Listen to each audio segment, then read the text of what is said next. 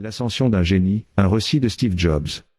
J'ai quitté l'université de Reed après mes 6 premiers mois, mais je suis resté dans les parages en tant que visiteur occasionnel pendant encore environ 18 mois avant de vraiment abandonner. Alors, pourquoi ai-je abandonné? Tout a commencé avant ma naissance. Ma mère biologique était une jeune étudiante diplômée non mariée et elle a décidé de me confier à l'adoption. Elle avait très fortement le sentiment que je devais être adopté par des diplômés universitaires. Tout était prêt pour que je sois adopté à la naissance par un avocat et sa femme. Sauf que lorsque je suis né, ils ont décidé à la dernière minute qu'ils voulaient vraiment une fille. Donc mes parents, qui étaient sur une liste d'attente, ont reçu un appel en pleine nuit demandant « Nous avons un bébé garçon inattendu. Le voulez-vous » Ils ont bien sûr dit oui. Ma mère biologique a découvert plus tard que ma mère n'avait jamais obtenu son diplôme universitaire et que mon père n'avait jamais obtenu son diplôme d'études secondaires. Elle a refusé de signer les derniers papiers d'adoption. Elle n'a cédé que quelques mois plus tard lorsque mes parents ont promis que j'irais à l'université. C'était le début de ma vie. Et 17 ans plus tard, je suis allé à l'université, mais j'ai naïvement choisi une université presque aussi chère que Stanford, et toutes les économies de mes parents de la classe ouvrière étaient dépensées pour mes frais de scolarité. Après 6 mois, je ne voyais pas la valeur de tout cela. Je n'avais aucune idée de ce que je voulais faire de ma vie et aucune idée de comment l'université allait m'aider à le découvrir. Et voilà que je dépensais tout l'argent que mes parents avaient économisé toute leur vie. J'ai donc décidé d'abandonner en ayant confiance que tout se passerait bien. C'était assez effrayant à l'époque. Mais avec le recul, c'était l'une des meilleures décisions que j'ai jamais prises. Dès l'instant où j'ai abandonné, j'ai pu arrêter de suivre les cours obligatoires qui ne m'intéressaient pas et commencer à assister à ceux qui semblaient beaucoup plus intéressants. Ce n'était pas tout rose. Je n'avais pas de chambre universitaire. J'ai donc dormi par terre chez des amis. Je rapportais des bouteilles de Coca-Cola pour les consignes de 500 et j'achetais de la nourriture. Et je marchais 7 miles à travers la ville chaque dimanche soir pour avoir un bon repas par semaine au temple Hare Krishna. J'adorais ça, et une grande partie de ce que j'ai découvert en suivant ma curiosité et mon intuition s'est révélée inestimable. Plus tard, laissez-moi vous donner un exemple. À cette époque, l'université de Reed offrait probablement la meilleure instruction en calligraphie du pays. Dans tout le campus, chaque affiche, chaque étiquette sur chaque tiroir était magnifiquement calligraphiée à la main.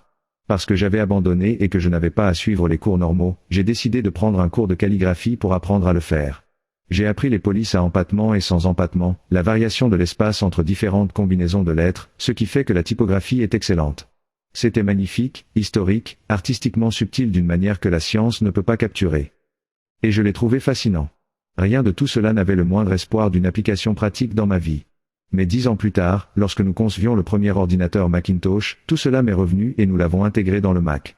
C'était le premier ordinateur avec une belle typographie. Si je n'avais jamais suivi ce cours unique à l'université, le Mac n'aurait jamais eu de police de caractères multiples ou de police à espacement proportionnel. Et comme Windows a simplement copié le Mac, il est probable qu'aucun ordinateur personnel n'en aurait. Si je n'avais jamais abandonné, je n'aurais jamais suivi ce cours de calligraphie et les ordinateurs personnels pourraient ne pas avoir la typographie merveilleuse qu'ils ont. Bien sûr, il était impossible de relier les points en regardant vers l'avenir quand j'étais à l'université, mais c'était très, très clair en regardant en arrière. 10 ans plus tard, encore une fois, vous ne pouvez pas relier les points en regardant vers l'avant, vous ne pouvez les relier qu'en regardant en arrière. Donc, vous devez avoir confiance que les points se connecteront d'une manière ou d'une autre dans votre avenir. Vous devez avoir confiance en quelque chose, en votre instinct, en votre destin, en la vie, en le karma, peu importe. Parce que croire que les points se connecteront plus tard vous donnera la confiance de suivre votre cœur, même quand il vous mène hors du chemin bien commun. Et cela fera toute la différence. J'ai eu de la chance. J'ai trouvé ce que j'aimais faire tôt dans ma vie. Vo et moi avons commencé Apple dans le garage de mes parents quand j'avais 20 ans, nous avons travaillé dur. Et en 10 ans, Apple était passé de seulement nous deux dans le garage à une entreprise de 2 milliards de dollars avec plus de 4000 employés. Nous venions de sortir notre plus belle création, le Macintosh, 1 an plus tôt et je venais d'avoir 30 ans, et puis j'ai été viré. Comment pouvez-vous être viré d'une entreprise que vous avez fondée? Eh bien, à mesure qu'Apple grandissait, nous avons embauché quelqu'un que je pensais très talentueux pour diriger l'entreprise avec moi. Et pendant la première année environ, tout se passait bien.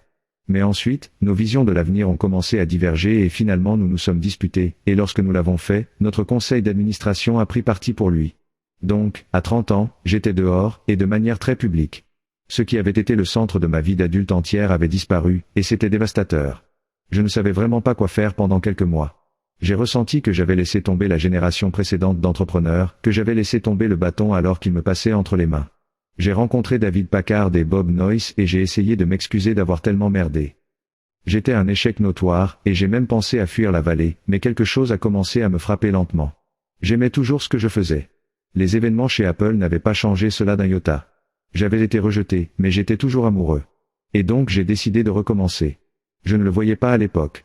Mais il s'est avéré que d'être viré d'Apple était la meilleure chose qui aurait pu m'arriver. Le stress de réussir a été remplacé par la légèreté du débutant, moins sûr de tout.